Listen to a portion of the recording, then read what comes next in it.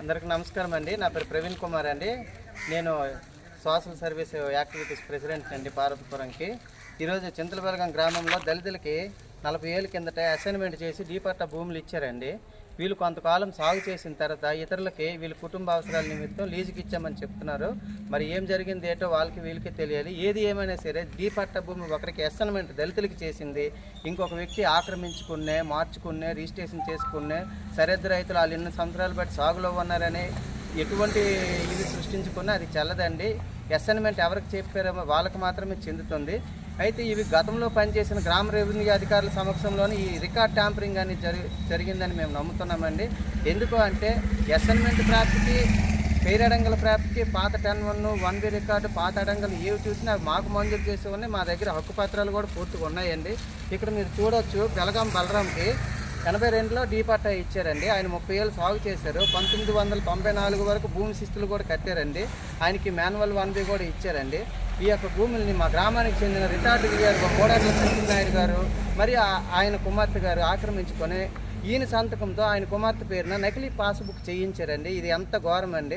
ఇప్పుడు అనమాట వీళ్ళకి జరిగిన అన్యాయాలు బట్టి మీ గౌడు ముగిసింది కదా, మా యొక్క భూములు మాకు అప్పగించండి అంటే తిరిగి వీళ్ళపైన లేనిపోయిన దౌర్జన్యాలు చేయడం అండి.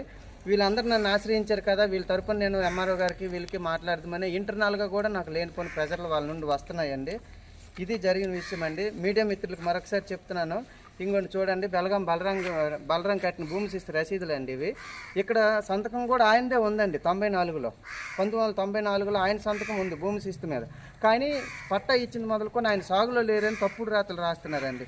సరిహద్దు రైతులు స్టేట్మెంట్ ఎప్పుడైనా చెల్లుతుందండి. డీపట్ట భూముల్లో వాళ్ళ సాగులో ఉంటే అది ఎంకరేజ్మెంట్ కింద కదా వస్తుందండి. ఒకరికి మంజూరు చేసింది ఇంకొకరికి.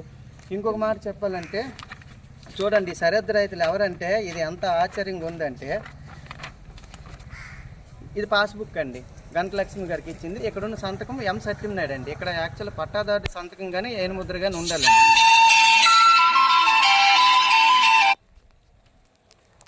గతంలో ఇదే సర్వే నెంబర్ని వెబ్లాండ్లో జిరాయితీ కింద కూడా పెట్టారండి, వెబ్లాండ్ అడంగల్లో.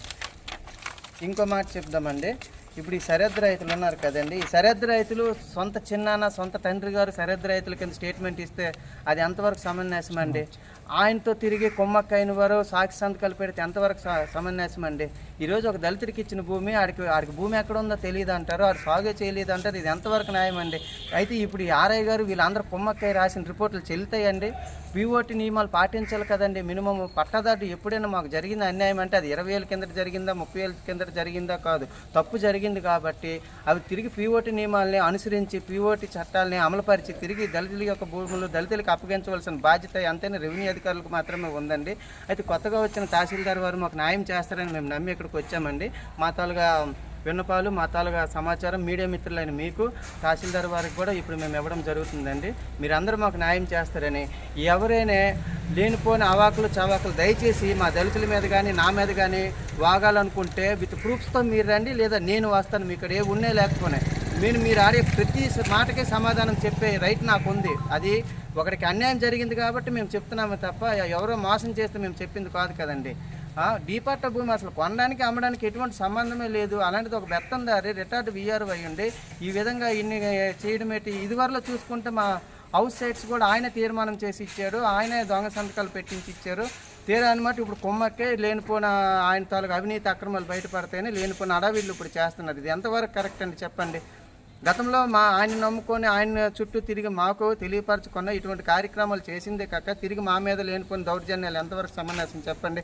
ఈయన ఏమంటారంటే ఈయన బాగుపడిపోవాలి, పక్కోడు ఉన్నోడు చెడిపోవాలి, ఈయన విడిచిపెట్టేవాలి, మిగతా వాళ్ళు అప్పచెప్పేవాలి. ఇది ఎంతవరకు కరెక్ట్ అండి?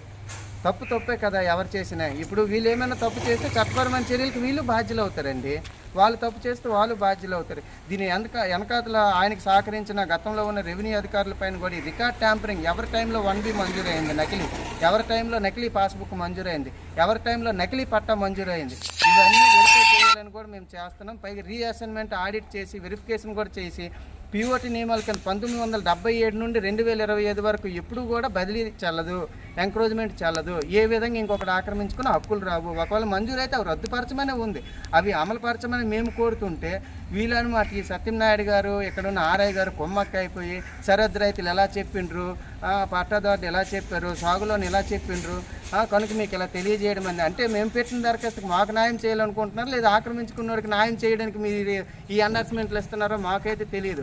ఒకవేళ మీకు చెప్పినంత తెలివైన అయితే కాదు, కానీ మాకు జరిగిన అన్యాయాలపైన చట్టాలను అమలుపరచవలసిన బాధ్యత మీకు ఉంది. దీనిపై ప్రశ్నించే హక్కు కూడా మాకుంది, భారత రాజ్యాంగం మాకు కల్పించింది. మాకు ఏదైనా మా దళితులకి న్యాయం చేస్తారని ఈరోజు నేను పార్వతీపురం నుండి మొబైల్ రిపేరింగ్ చేసుకుని సోషల్ సర్వీస్ చేస్తున్న నా ఓన్ టైం కేటాయించి వీళ్ళ కోసం రావడం జరిగిందండి. ఉంటాను, మీరు అందరూ మాకు న్యాయం చేయాలండి.